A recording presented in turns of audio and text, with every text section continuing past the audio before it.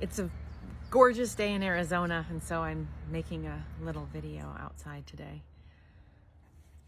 I wanted to talk about what happened next. So I left the hospital after my first craniotomy and was told that I would be meeting with an oncologist, which would be my medical cancer doctor, as well as a radiologist oncologist, which will be the doctor that's going to do radiation on my brain, which was going to happen. I was told, I think it was like 5 days after leaving the hospital, I would meet with the radiologist and they would fit me for what I was going to learn was going to be this mask that they formed to my face, and they used that mask to snap my head to the table where this gigantic machine circled around my head and zapped the remaining tumors and the cavity, which was in the front of my head from where the tumor was just resected.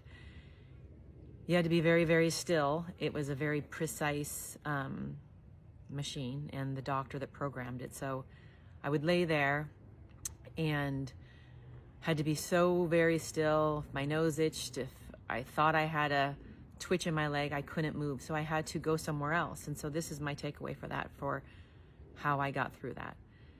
I used visualization, and I learned a lot of that through reading before I got cancer. And Joe Dispenza was another one that was brilliant. He talks about the placebo effect and how your mind can heal you. So when I would lay in there with that radiation machine swirling around, it took about 45 minutes a time, and I did it for 5 days straight. I would imagine little tiny dump trucks that would be scooping up all of the dead cancer cells that machine was killing, and I would just envision them leaving my body. And I would also reflect on the people that I love that have passed before me, and I felt their presence with me. It was a peacefulness that is kind of indescribable, but it got me through that time.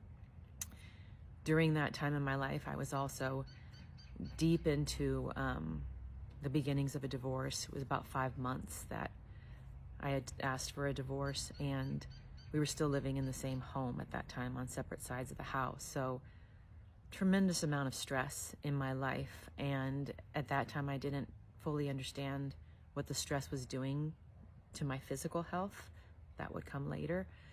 But for this part, I was just able to kind of get myself to a place of peace just by using my mind. And I try to teach it to my own kids. What you think about, you bring about. Wayne Dyer said that. He was brilliant. I think that's true in my life today. I try to stay present, and I only think about the positive outcomes. And so many people in the comments are talking about their own experiences with cancer, and I think you can't ever go negative. I just think it's not an option. And positive mindset is what has gotten me to where I am today, and what I believe is going to help me be a better parent, help me be a better partner, help me be a better sister. And if I could give you one thing, it would be just that. In your everyday life, it's what you think about, you bring about. And so I was able to get through those 5 days of radiation and prepare myself for what came next, which was going to be my first infusion. That was a whole nother chapter.